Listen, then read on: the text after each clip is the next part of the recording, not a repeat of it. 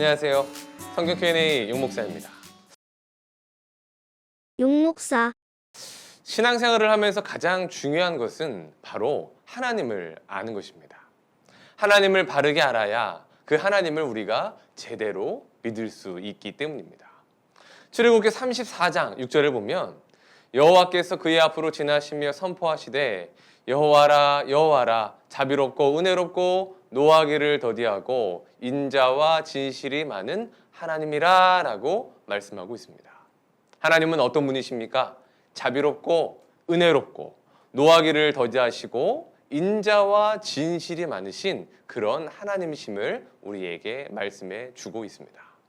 그렇기 때문에 우리가 그 하나님을 믿고 의지할 수가 있는 것이죠. 자, 그런데 이 나홈서 1장 2절을 보면 또 이런 말씀이 있습니다. 여호와는 질투하시며 보복하시는 하나님이시니라. 하나님이 어떤 분으로 나타납니까? 질투하시는 분, 보복하시는 분으로 표현하고 있습니다.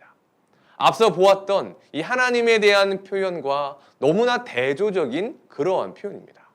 그런데 이 질투하시는 하나님에 대한 말씀이 성경 곳곳에서 볼 수가 있습니다. 출애굽기 34장 14절을 보면 너는 다른 신에게 전하지 말라 여호와는 질투라 이름하는 질투의 하나님이니라 라고 말씀합니다. 또 신명기 4장 24절을 보면 내 하나님 여호와는 소멸하는 불이시요 질투하시는 하나님이시니라 라고 말씀합니다.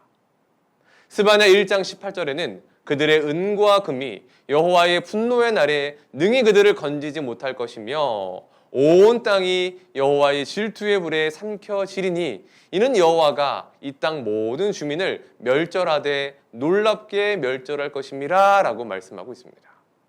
이 마지막에 스바냐 말씀은 하나님의 질투로 인하여서 그 땅의 주민이 멸절하게 될 것이라는 무서운 심판의 경고까지 담고 있는 것이죠. 자, 우리가 이런 하나님의 질투에 대해서 왠지 모르게 낯설고 의아하게 생각하는 이유가 있습니다. 그것은 이 우리가 아는 이 질투라는 감정이 별로 긍정적이지 않다라고 생각하기 때문입니다. 이 질투에는 시기와 미움을 동반하게 됩니다. 이제 막 태어난 동생이 생긴 한 아이가 있습니다. 그런데 동생이 태어난 이후에 아이의 행동이 조금 달라지죠. 엄마가 동생을 안고 있으면 자기도 안아달라고 떼를 부리고 응석을 부립니다. 또 어떤 때에는 아무도 모르게 동생을 꼬집거나 때리는 그와 같은 일들도 생긴다는 것입니다. 왜 이 아이가 이런 행동을 하는 것일까요? 바로 질투하기 때문입니다.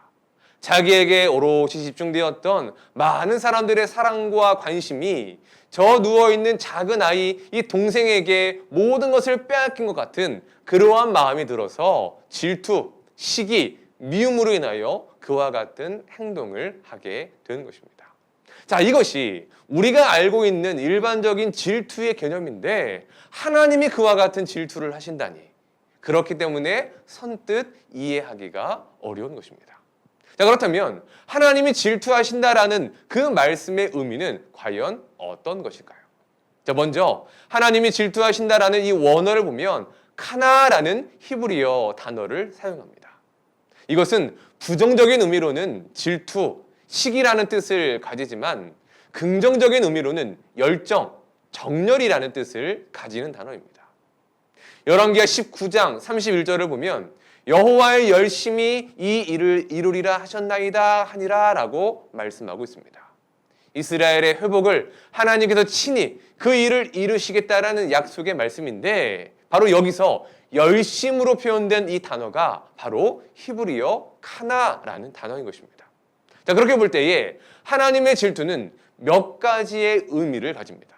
첫째, 하나님과 하나님의 백성이 서로 사랑하는 관계라는 것을 나타내는 표현인 것입니다. 질투는 사랑의 다른 모습입니다. 사랑하지 않는다면 질투할 일도 없습니다. 그런 의미에서 하나님의 질투는 하나님과 우리의 관계가 깊은 사랑의 관계, 서로가 서로를 사랑해야 하는 그런 인격적 사랑의 관계라는 것을 보여주는 것입니다. 둘째, 우리를 향하신 하나님의 사랑이 어떠한지를 가르쳐주는 표현입니다. 하나님은 우리를 어떻게 사랑하십니까? 주의 백성들에 대한 열정을 가지시고 우리의 구원과 회복을 위하여 열심으로 일하시며 사랑하시는 분이시다라는 것이죠. 마지막 세 번째로는 하나님의 질투는 하나님의 거룩함과 의로움을 보여주는 표현이기도 합니다.